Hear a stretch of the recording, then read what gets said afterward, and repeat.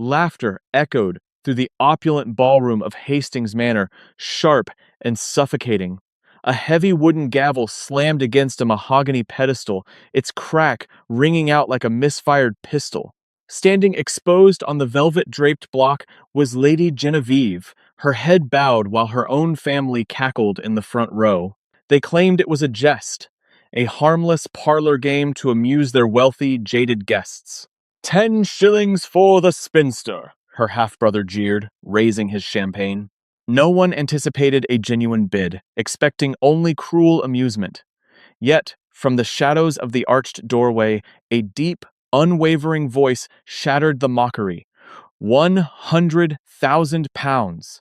Autumn in the year 1846 painted the English countryside in bruised hues of violet and rusted gold. But inside Hastings Manor, the atmosphere was perpetually cold. The sprawling estate, once a beacon of Georgian architectural triumph, now stood as a crumbling monument to the Hastings family's chronic financial mismanagement. Lord Richard Hastings, the patriarch, was a man of weak constitution and weaker morals. Following the tragic death of his first wife, a gentlewoman of formidable intellect who had birthed his only legitimate daughter, Lady Genevieve Richard, had hastily married Beatrice Cavendish. Beatrice was a woman whose ambition was matched only by her profound vanity and her legendary, crippling expenditures at Madame Elise's exclusive boutique in London. Genevieve was 22, an age at which society deemed an unmarried woman to be perilously close to the precipice of spinsterhood. Unlike her stepmother, who draped herself in ostentatious silks imported from Lyon, Genevieve wore the faded, tailored gowns of her late mother. She was striking in a quiet, unconventional manner, possessing dark, intelligent eyes and raven hair that contrasted sharply with the pale, pinched aesthetics favored by the current Queen Victoria's court. Yet, in her own home, she was treated as less than a ghost.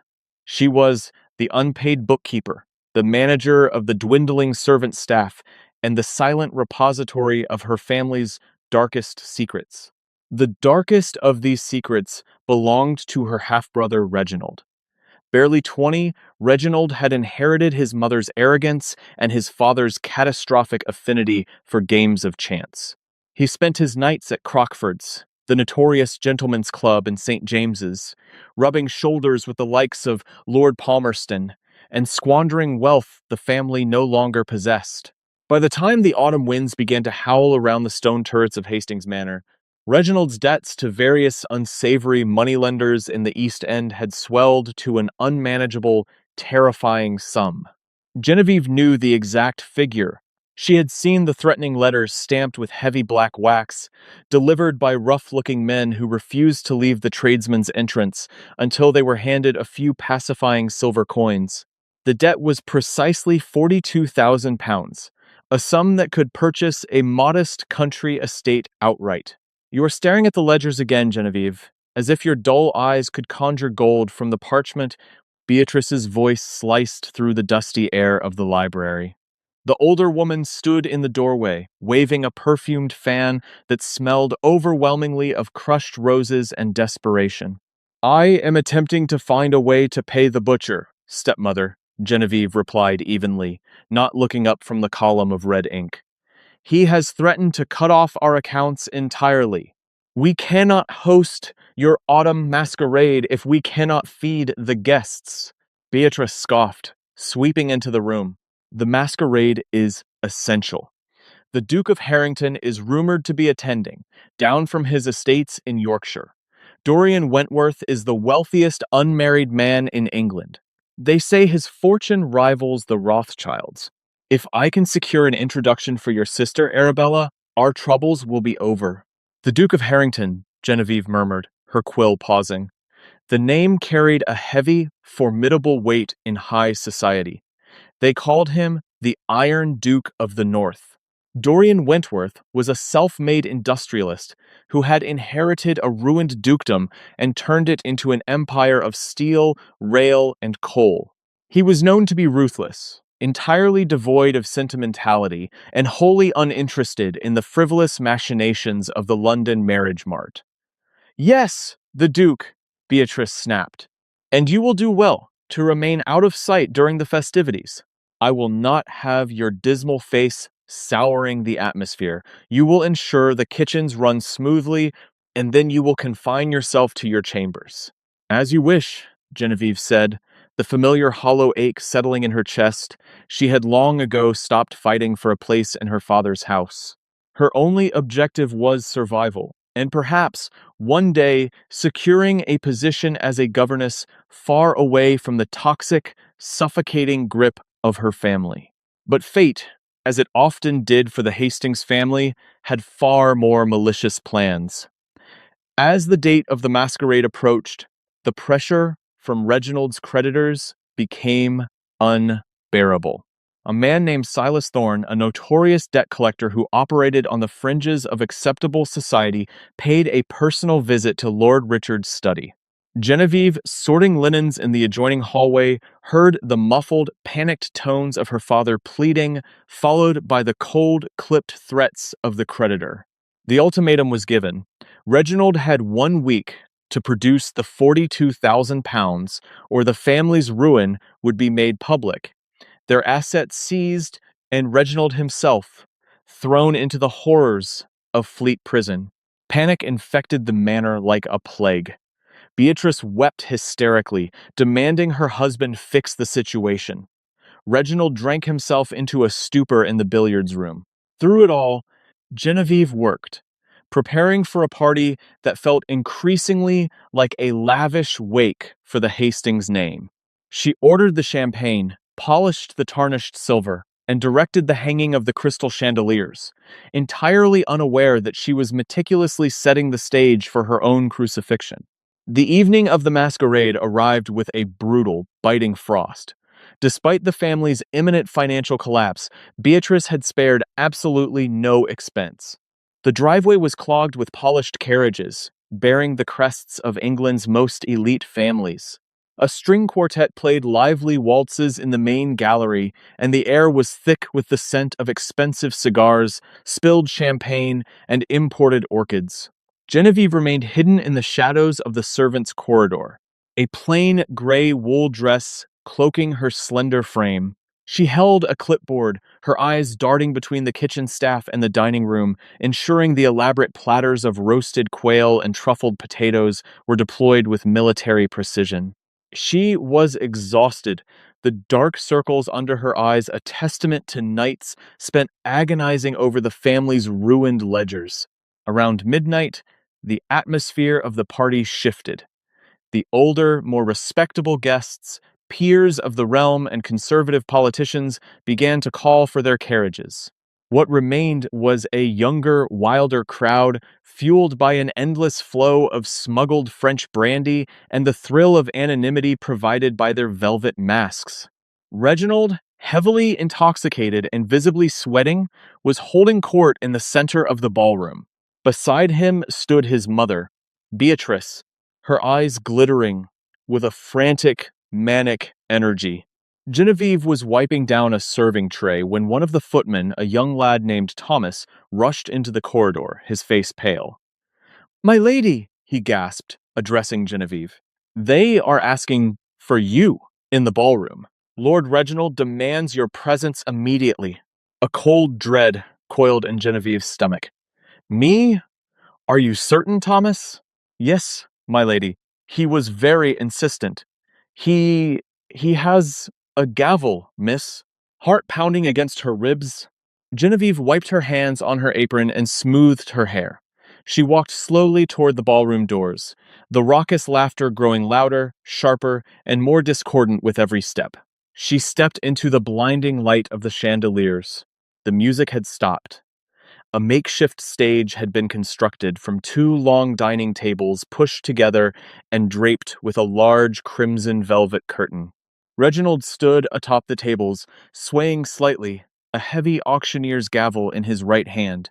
Beatrice stood below him, a cruel, tight smile playing on her lips. As Genevieve entered, the room fell into a hush, followed by a low murmur of amusement from the masked guests. "Ah, there she is!" Reginald bellowed, pointing a trembling finger at her. The spinster of Hastings Manor. Bring her up here.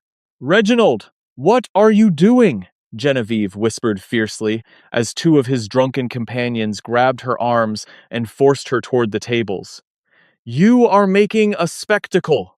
I am saving our family, sister dear, Reginald slurred, leaning down to hiss in her ear. We need money. The creditors are circling, and since you contribute nothing but sour looks, it is time you earned your keep. Before she could process his words, she was hoisted onto the table. She stood there entirely unmasked, wearing her drab gray work dress, exposed to the glittering, judging eyes of London's elite. Panic clawed at her throat. She looked to her father, Lord Richard, who was slumped in a chair near the fireplace, staring at the floor, too cowardly to intervene. Ladies and gentlemen, Reginald announced, his voice booming across the ballroom, welcome to the midnight auction. Before you stands Lady Genevieve Hastings, 22 years of age, entirely untouched, and notoriously tedious. My father is tired of feeding her, and I am tired of looking at her. So, we offer her to the highest bidder. A scullery maid, a companion to your elderly, deaf aunt, or perhaps a warm body to keep the damp out of your kennels. We start the bidding at a single silver shilling. A chorus of cruel laughter erupted. The guests, shielded by their masks and their insurmountable wealth, eagerly embraced the vile game. They saw it as a theatrical jest, a grotesque piece of performance art arranged for their amusement. 2 shillings! Shouted a young viscount from the back, waving his brandy glass. A half-crown and my lame hunting hound! Cried another, to uproarious applause. Genevieve felt the blood drain from her face. Her vision blurred, the glittering masks of the crowd twisting into monstrous, leering faces. The humiliation was a physical agony, a burning brand pressed against her soul. This was her family. These were the people she had worked her fingers to the bone to protect, and they were selling her dignity for cheap laughs and pennies. Come now, gentlemen. She has a strong back, if not a pretty face, Beatrice chimed in, fanning herself lazily. Surely someone needs a drudge. Genevieve stood perfectly still. She refused to cry. She dug her fingernails into her palms until the skin broke, forcing herself to maintain her composure. If they wanted a spectacle, she would not give them the satisfaction of her tears. She lifted her chin, staring out at the sea of jeering aristocrats with a defiant, burning contempt. In the far corner of the room, standing completely apart from the crowd, a figure observed the scene in absolute silence. He wore no mask. He did not need one. His reputation preceded him like a shadow. Dorian Wentworth, the Duke of Harrington, leaned against a marble pillar, a glass of untouched whiskey in his gloved hand. He was a terrifyingly handsome man, possessing the sharp, angular features of a predatory bird and eyes the color of forged steel. He had arrived an hour prior, finding the party tedious and the hosts pathetic. He knew of Reginald's debts. The underground banking networks of London gossiped endlessly, and Dorian's empire relied on knowing exactly who owed what. He had watched the descent of the Hastings family with clinical detachment. But as he looked at the woman on the table, standing ramrod straight, her dark eyes flashing with a fierce, unbreakable dignity, while her own flesh and blood tore her apart for the amusement of drunkards, something shifted within the cold, iron fortress of the Duke's chest. He saw not a victim, but a survivor. He saw a woman whose silent strength made every glittering aristocrat in the room look like a pathetic, paper-thin imitation of royalty. £5! A slurred voice yelled. I need a girl to scrub the grates! Reginald raised the gavel, laughing wildly. £5! Going once to Lord. Quiet. The word was not shouted. It was spoken in a low, resonant baritone, yet it sliced through the clamor of the ballroom with the lethal precision of a cavalry saber. The suffocating silence described in the opening hook fell over the room instantly. It was as if the air had been sucked from the ballroom. The drunken aristocrats turned, their masks suddenly feeling foolish and inadequate under the piercing, unyielding gaze of the Duke of Harrington. Dorian Wentworth pushed himself off the marble pillar. He moved with the slow, deliberate grace of a large predator, his heavy, dark evening coat sweeping against the polished floor. The crowd parted for him instinctively, scrambling out of his path as though proximity to him might cause physical harm. He stopped at the edge of the makeshift stage, looking up at Genevieve. Up close, she could see the formidable intelligence behind his storm-gray eyes. He did not look at her with pity, nor with the cruel amusement of the others. He looked at her as if he were evaluating a priceless, undiscovered masterpiece, hidden in a dusty attic. Reginald, suddenly painfully sober, swallowed hard, his grip on the gavel trembling. Your Grace, he stammered. His bravado entirely vanished. We are... It is merely a jest. A parlor trick to entertain the guests. Dorian did not look at Reginald. His eyes remained locked on Genevieve. I do not find it amusing, Lord Reginald. His voice was a low rumble, devoid of any warmth. But since you have established the terms of an auction, I intend to participate. Beatrice stepped forward, her face a mask of panicked confusion. Your Grace, surely you jest. The girl is nothing. She is merely my husband's. Dorian finally turned his gaze to the stepmother, and the sheer glacial contempt in his eyes silenced her instantly.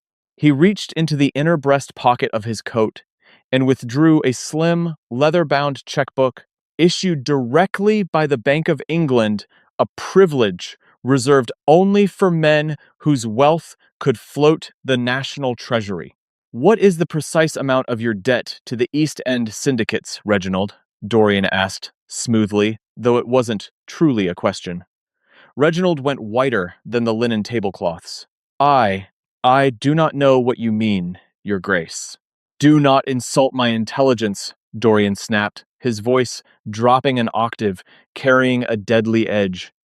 Silas Thorne holds your markers. You owe £42,000 by Tuesday next, or you will be rotting in a debtor's prison while this estate is sold for scrap. Is that accurate? A collective gasp echoed through the ballroom. The private, shameful ruin of the Hastings family had just been laid bare before the most powerful gossips in London. Lord Richard moaned and buried his face in his hands. Beatrice looked as though she might faint. Reginald choked, nodding weakly. Yes. Very well. Dorian uncapped a silver fountain pen. He rested the checkbook against the mahogany pedestal where Reginald stood and began to write. The scratching of the nib was the only sound in the cavernous room. I am placing a bid for the Lady Genevieve. £100,000. The silence shattered. A few women gasped aloud. An older gentleman dropped his crystal glass, the shatter loudly echoing. £100,000. It was a king's ransom. It was enough to buy the entirety of the Hastings estate twice over, clear the debts, and leave a fortune that would last generations. Genevieve stared down at him, her breath catching in her throat. Your Grace, she whispered, her voice trembling for the first time. You cannot. You must not do this. It is a joke. I am not for sale. Dorian finished signing his formidable signature and tore the heavy parchment from the book. He finally looked back at her, the hard lines of his face softening by an imperceptible fraction. You are correct, Lady Genevieve. Human beings are not commodities, but freedom is, and it appears your freedom has a price. He slapped the drafted note onto the wooden pedestal.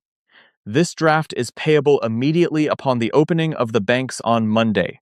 42,000 to clear the boy's debts. The remainder to be placed in an irrevocable trust in the name of Lady Genevieve Hastings. Reginald stared at the paper as if it were a holy relic, his hands shaking so violently he could not pick it up. However, Dorian continued, his voice ringing out so every soul in the room could hear the terms of his execution.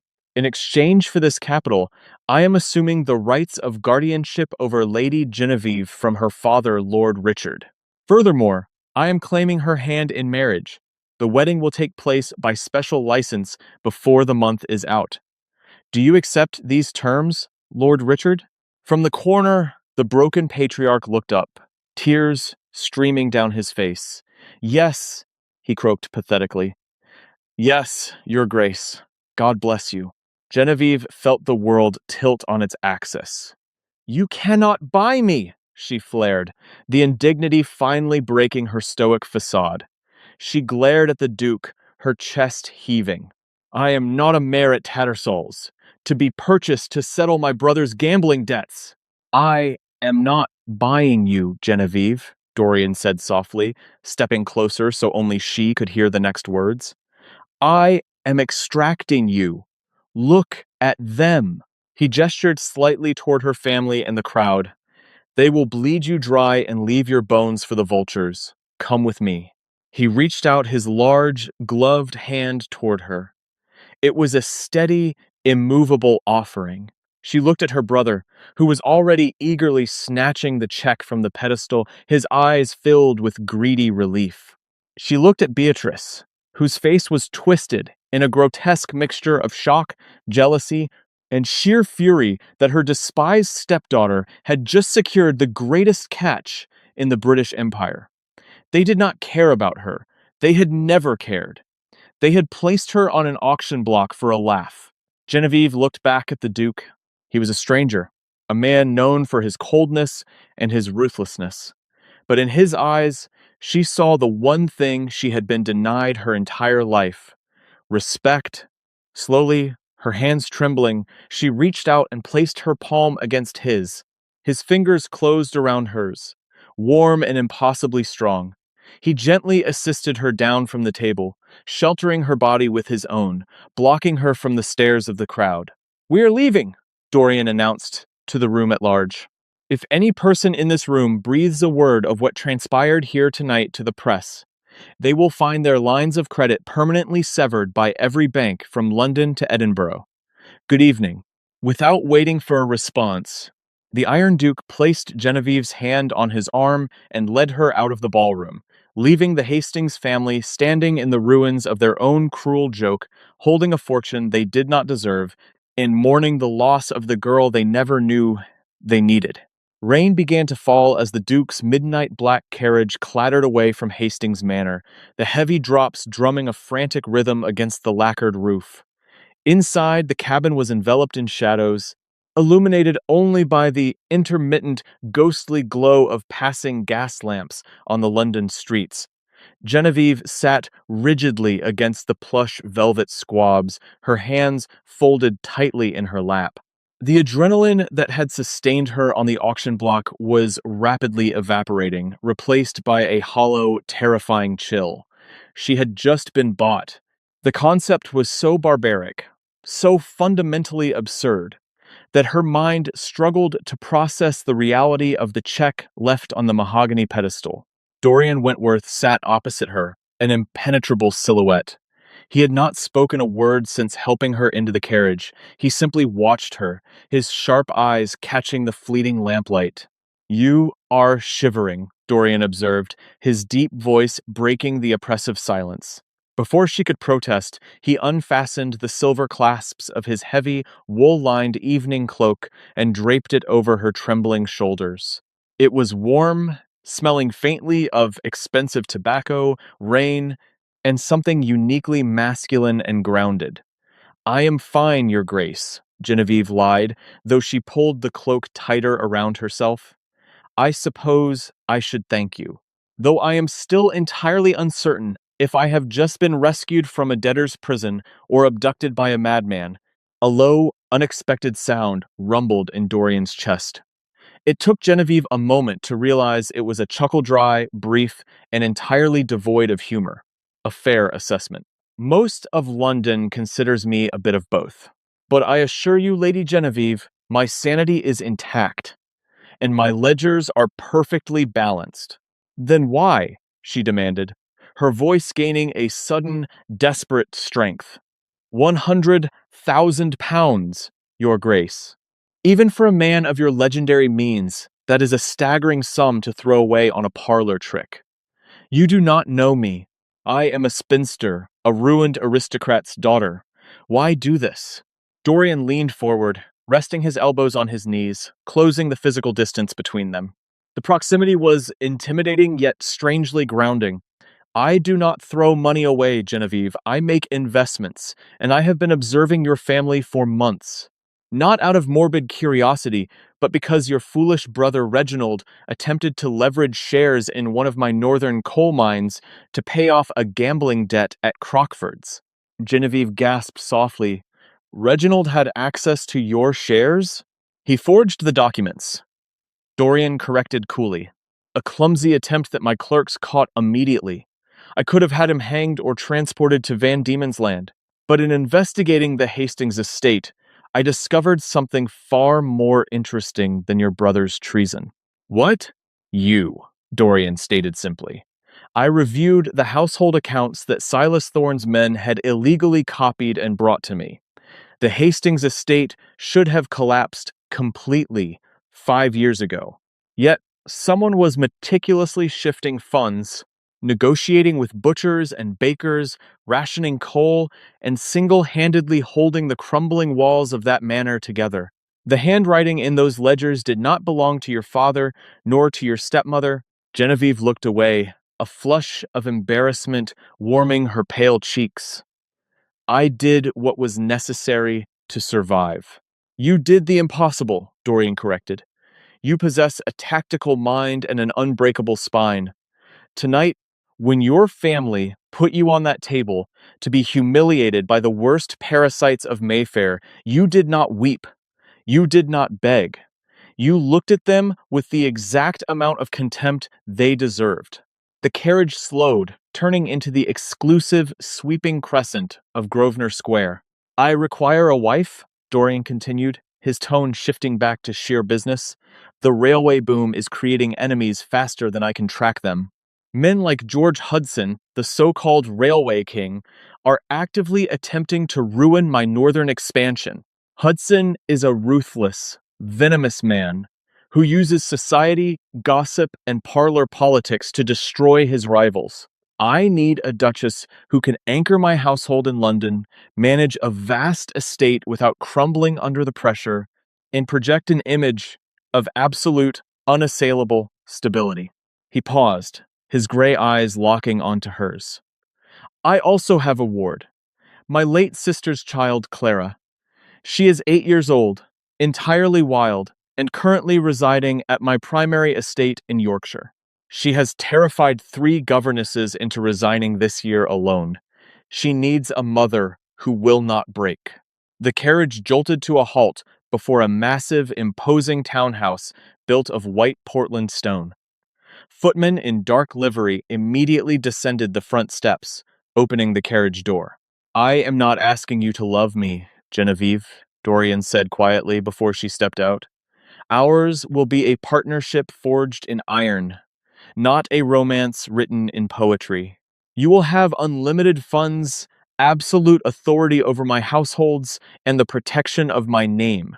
No one, especially not your family, will ever humiliate you again. In return, you will stand by my side, manage my estates, and care for Clara. Do we have an accord? Genevieve looked at the formidable man before her. He was offering her the world. Albeit wrapped in a contract of duty and stoicism, she thought of Beatrice's cruel laughter and Reginald's drunken jeers. We have an accord, Your Grace, Genevieve said, her chin lifting. But I have one condition of my own. Dorian raised a dark eyebrow. Name it. The sum of 42,000 pounds will clear my brother's debts, she said, her voice steady. But the remaining 58,000 you placed in trust for me. I want it invested in your railways. If we are to be partners, I intend to be an equal shareholder. For the first time that night, a genuine, striking smile broke across the Duke of Harrington's face. It transformed his severe features, making him breathtakingly handsome. Done. Welcome to the firm, Lady Genevieve. The wedding took place precisely 3 days later at St. George's, Hanover Square. It was an affair so stark and private it bordered on scandalous. The only attendees were Dorian's intimidating solicitor, a bewildered vicar, and the Duke's fiercely loyal housekeeper, Mrs. Higgins, who served as a witness. Lord Richard had sent a frantic, groveling letter begging to attend and give his beloved daughter away, but Dorian had personally intercepted the courier and sent a single-sentence reply. The transaction is complete. Your presence is neither required nor permitted. Genevieve wore a walking dress of deep sapphire velvet purchased hastily from a premium modiste on Bond Street on Dorian's strict orders, rather than a traditional white gown. When Dorian slid the heavy, square-cut diamond ring onto her finger, his touch was brief but solid. There was no kiss to seal the vows, only a stiff bow and a mutual understanding that their war had just begun. They departed London immediately, securing a private carriage on the newly expanded Great Northern Railway. The journey to Yorkshire was a revelation to Genevieve. As they sped past the pastoral landscapes of the south and entered the rugged, smoke-stained heart of the industrial north, Dorian finally began to speak of his empire. He unrolled massive blueprints on the carriage table, pointing out coal seams, steel foundries, and the proposed routes of his new locomotive lines. Genevieve listened with rapt attention, asking pointed questions about freight costs, worker wages, and raw material imports. She noticed Dorian's initial surprise quickly morphing into deep, undeniable respect. Blackwood Hall was not a house.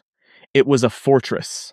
Built of dark, weathered stone, it sat perched on the edge of the brutal, wind-swept Yorkshire moors. It was entirely devoid of the fragile, gilded nonsense that cluttered Hastings Manor. It smelled of wood smoke, old parchment, and pine. Their arrival, however, was violently disrupted. As their carriage pulled into the circular gravel drive, a man on a mud-splattered horse galloped wildly toward them. It was Thomas, Dorian's chief engineer. He practically threw himself from the saddle, his face black with soot and streaked with blood. "Your Grace!" Thomas shouted, stumbling toward the Duke as Dorian leapt from the carriage. "It's the foundry at Sheffield! An explosion, sir!" "They say it was the boiler, but I swear on my life the pressure valves were tampered with. The main line production is halted." Dorian's face turned entirely to stone. "Casualties?" "None dead, thank God. 2 men burned, but they will live." "But the damage to the machinery, it will cost us thousands and delay the Hudson contract by a month." Genevieve watched from the carriage window, her heart pounding. She remembered Dorian's words in the carriage in London. "George Hudson is actively attempting to ruin my northern expansion." Dorian turned back to the carriage, his jaw tight. "Genevieve, Mrs. Higgins will show you to your quarters and introduce you to Clara. I must ride to Sheffield immediately. I do not know when I shall return." "Go," she said firmly, stepping down from the carriage without waiting for assistance. "Do not worry about the house. I will manage here." Dorian looked at her, a fleeting expression of gratitude crossing his guarded features. He nodded once, mounted Thomas's exhausted horse, and spurred it back down the drive into the gathering storm. For the next 3 days, Genevieve was truly tested. Blackwood Hall was vast and practically vibrating with the tension of its absent master. She immediately assumed control of the household, a task made surprisingly easy by the staff's instant, respectful deference. They had heard of the Duke's sudden marriage, and seeing Genevieve calm, authoritative, and utterly unafraid of the imposing estate won their loyalty in hours. Her second challenge was Clara. The 8-year-old girl was a tempest in a petticoat. She had wild, curly dark hair and her uncle's piercing gray eyes. On Genevieve's first morning, Clara attempted to drop a water jug on her head from the second-floor landing. Instead of screaming or sending the child to her room, Genevieve calmly stepped aside, watched the jug shatter, and looked up at the giggling girl. "Your aim is atrocious," Genevieve called out, her voice echoing in the grand hall. "If you intend to assassinate me, you must calculate the velocity of the fall and my walking speed. I can teach you the mathematics of it after breakfast. Assuming, of course, you are brave enough to dine with me." Clara's giggles ceased. She stared at Genevieve, utterly bewildered by the lack of hysterics. Slowly, the child descended the stairs, and by the end of the week, Clara was shadowing Genevieve like a fiercely loyal duckling. But it was on the fourth night that the true twist occurred. Unable to sleep, Genevieve ventured into Dorian's private study to find a book. The room was a massive library filled with maps, geological surveys, and stacks of ledgers. Drawn by sheer habit, Genevieve opened the most recent ledger detailing the Sheffield Foundry's expenses. She spent 3 hours poring over the columns by the light of a single oil lamp. Her mind, honed by years of desperately balancing the Hastings fraudulent accounts, immediately spotted the anomaly. There were repeated, subtle discrepancies in the purchasing of safety valves and pressure gauges. The money was being logged as spent on high-grade brass fittings from a reputable London firm, but the shipping weights recorded in the margins were far too light for brass. They were using cheap, inferior iron that would easily shatter under high steam pressure, and the man signing off on these purchases was not an external enemy. It was Mr. Arbuthnot, Dorian's trusted regional manager for the Sheffield district. Hudson wasn't just attacking from the outside, he had bought someone on the inside. Arbuthnot was intentionally outfitting the boilers with faulty valves to cause accidents, crippling Dorian's production from within while lining his own pockets with the surplus funds. Genevieve's blood ran cold. The explosion hadn't been an accident, and if Arbuthnot wasn't stopped, the next explosion would be fatal. And Dorian, riding blindly into a sabotaged foundry, was walking right into a death trap. Without hesitating, Genevieve slammed the ledger shut. She ran to the servants' bells and pulled the cord for the stablemaster. She was not going to sit by the fire and wait for her husband to be ruined or killed. The Iron Duke had bought a duchess to fight by his side, and she was about to show him exactly what a woman forged in the fires of Hastings Manor could do. Thunder cracked across the Yorkshire moors, a violent percussion that mirrored the frantic beating of Genevieve's heart. She had eschewed a carriage it would be too slow on the rutted, muddy roads. Instead, she had ordered the stablemaster to saddle a sturdy, dapple-gray gelding, shocking the man by mounting astride in her riding habit rather than using a side saddle. Time was a luxury she did not possess. In her leather satchel, wrapped securely in oilcloth, was the ledger containing Arbuthnot's damning, treasonous accounting. The ride to Sheffield was a grueling, treacherous descent into the industrial belly of the north. As she neared the valley, the sky turned a bruised, unnatural orange, illuminated by the ceaseless fires of the blast furnaces. The air grew thick with coal dust and the acrid stench of sulfur. Dorian's primary foundry was a sprawling leviathan of brick and iron, a cathedral of industry that was currently surrounded by shouting men, overturned carts, and the hissing white plumes of escaping steam from the earlier explosion. Genevieve practically threw herself from the exhausted horse before it had fully stopped. She pushed her way through the chaotic throng of soot-stained workers, her velvet cloak heavy with rain and mud. "The Duke!" she shouted over the deafening roar of machinery, grabbing the arm of a passing foreman. "Where is the Duke of Harrington?" The man gaped at her, astonished to see a woman of quality in the heart of the muck. "He's in the main boiler house, Your Grace, with Mr. Arbuthnot. They're testing the secondary pressure valves to get the line moving." Panic, sharp and icy, pierced her chest, testing the valves. If Arbuthnot had fitted the secondary boilers with the same brittle iron masquerading as brass, the rising steam pressure would turn the massive steel tanks into shrapnel bombs. Genevieve ran. She navigated the labyrinth of roaring furnaces and massive gears, her lungs burning from the toxic air. She burst through the heavy iron doors of the main boiler house just as a high-pitched, terrifying whine began to emit from the colossal iron tank in the center of the room. Dorian stood a few yards away, his heavy coat discarded, his white shirt stained with grease.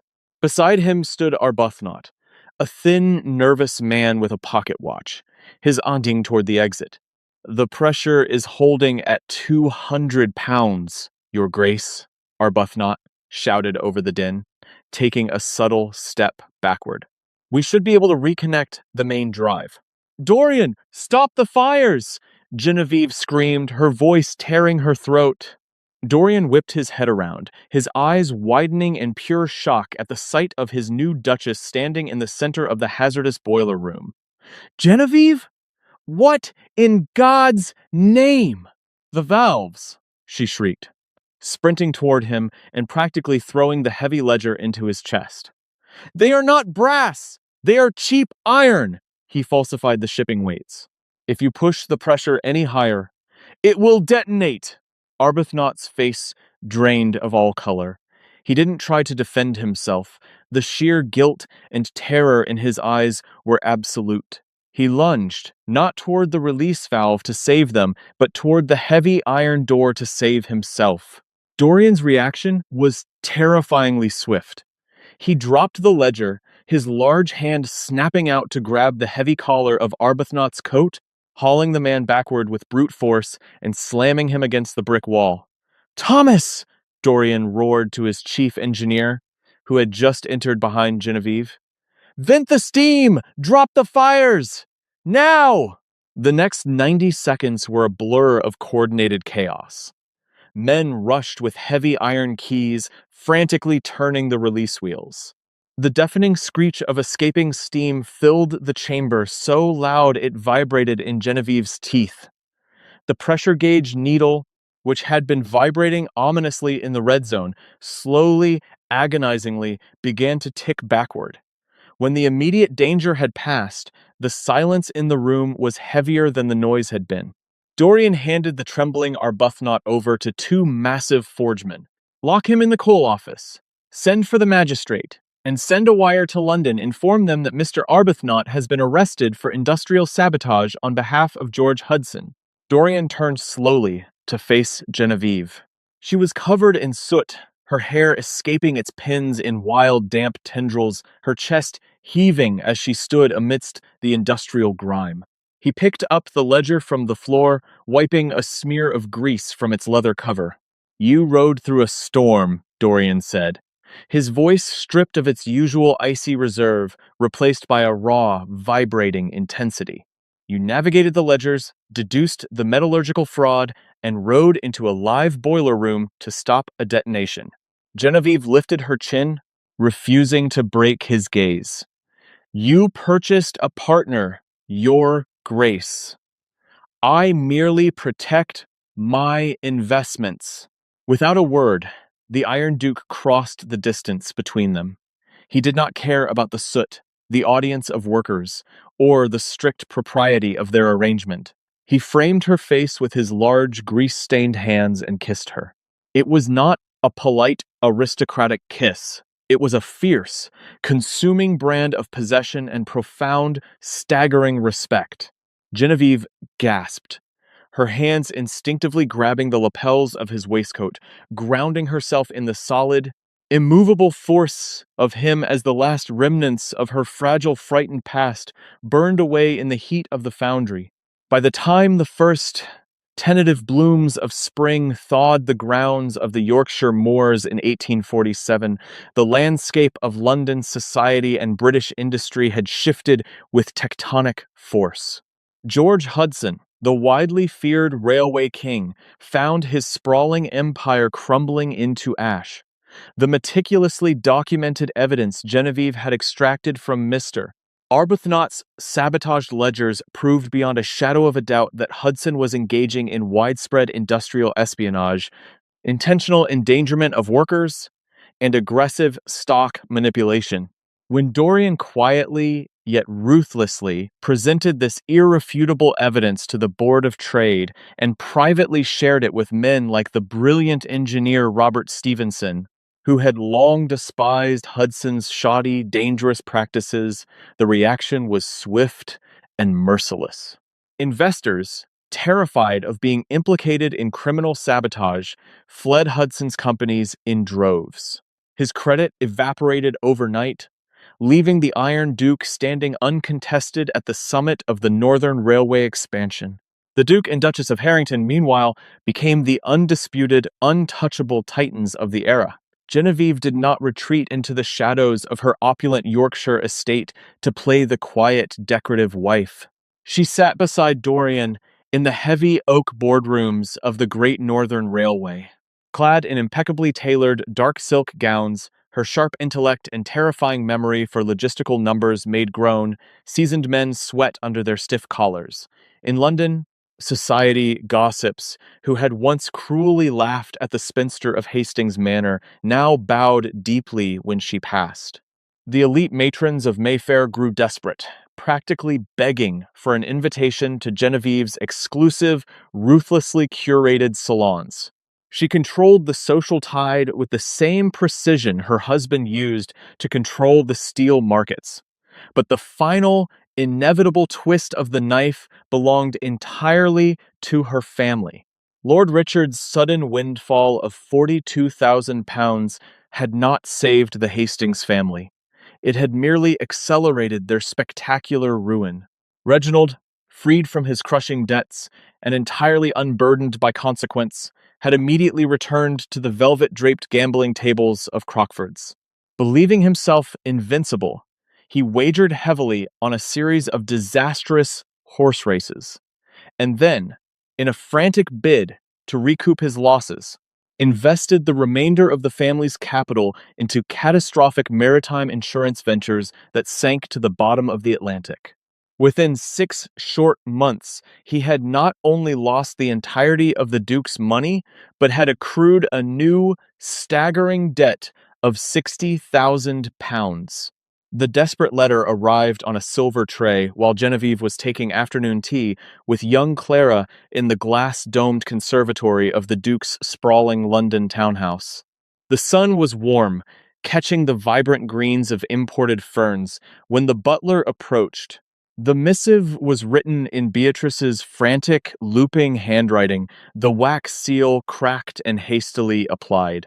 The letter begged for an audience, pleaded for family loyalty, and hinted darkly that they would be forced onto the cobblestone streets by the week's end if the Duchess did not intervene. Dorian, who had just entered the conservatory, saw the recognizable crest on the crumpled paper. He placed a warm, heavy hand on Genevieve's shoulder. "Do you wish me to have it burned, Genevieve? I can send my solicitors to bar them from the city limits." Genevieve traced the edge of the paper with a calm, steady finger. "No," she said softly, a cool resolve settling over her features. "I will see them." When Lord Richard, Beatrice, and Reginald were shown into the sprawling, sunlit drawing room the following afternoon, they looked entirely diminished. The grand, arrogant sneers that had once defined them were gone, replaced by desperate, hollow-eyed panic. Their clothes, though still fine, were slightly frayed at the cuffs. The meticulous grooming they once prized had dissolved into disheveled anxiety. Genevieve sat waiting in a high-backed velvet chair, wearing a gown of rich, heavy emerald silk that highlighted the sharp, aristocratic, and fiercely intelligent lines of her face. She looked like a queen holding court. Dorian stood silently behind her, his hand resting casually, yet proprietarily, on the carved back of her chair. He was the executioner in the room, radiating a quiet, lethal threat, but he had yielded the sword entirely to his wife. "Genevieve, my darling girl." Lord Richard wept almost instantly, his knees giving out as he sank onto the priceless Persian rug. "We have been foolish." Reginald was led astray by bad company. "The creditors are taking the manor. They are taking everything from us." Beatrice stepped forward. aggressively twisting a damp lace handkerchief in her trembling hands. The vanity that had once been her armor was shattered completely. You are a duchess now, Genevieve. You have millions at your disposal. Look at this house. 60,000 pounds is a mere pittance to you. You must help your brother. Genevieve did not react. She slowly lifted her bone china teacup, took a measured sip of her Earl Grey, and set it down with a soft, decisive clink that echoed loudly in the tense silence of the room. I remember a night, Genevieve began, her voice as smooth and cold as a frozen lake, when you placed me on a wooden table in front of half of London. Reginald flinched as if struck. You called me a drudge, Genevieve continued, her dark eyes locking onto her stepmother. You offered me to the highest bidder for a silver shilling to save yourselves. It was a joke, Reginald cried out, stepping forward, his face flushed red with panicked sweat. A drunken jest, sister. You must know that. We never intended for any true harm to come to you. And I accepted the punchline, Genevieve replied evenly, refusing to raise her voice. The Duke of Harrington paid for me. He cleared your debts. He bought my freedom, and in doing so, he bought my absolute, irrevocable severance from the name Hastings. You sold your daughter, Lord Richard. You no longer have one to beg from. You cannot do this, Beatrice shrieked, her voice cracking as the reality of her doom finally set in. We are your blood. We will be ruined. We will be sent to the workhouse. Genevieve leaned forward slightly, resting her hands in her lap. Then I suggest you learn to scrub grates, stepmother, she said, flawlessly echoing the exact cruel words Beatrice had laughed at during the auction. I hear it builds character. She looked up at Dorian, who gave a nearly imperceptible, fiercely proud nod of approval. Show them out, Genevieve instructed her butler, who had been standing rigidly by the mahogany double doors. And if they ever attempt to approach this house, or the estate in Yorkshire again, have the constabulary arrest them for trespassing. As the weeping, screaming remnants of her former abusers were physically dragged from the room by the footman, Genevieve did not feel a single shred of guilt. She felt only the clean, piercing air of total liberation. The oppressive ghost of Hastings Manor was finally exorcised. Dorian moved from behind the chair, taking her hand and gently pulling her up into his arms. He looked down at her, the harsh, predatory lines of his face softening into something profoundly warm. Remind me never to cross you, Your Grace, Dorian murmured, a rare, genuine smile touching his lips as he pressed a kiss to her forehead.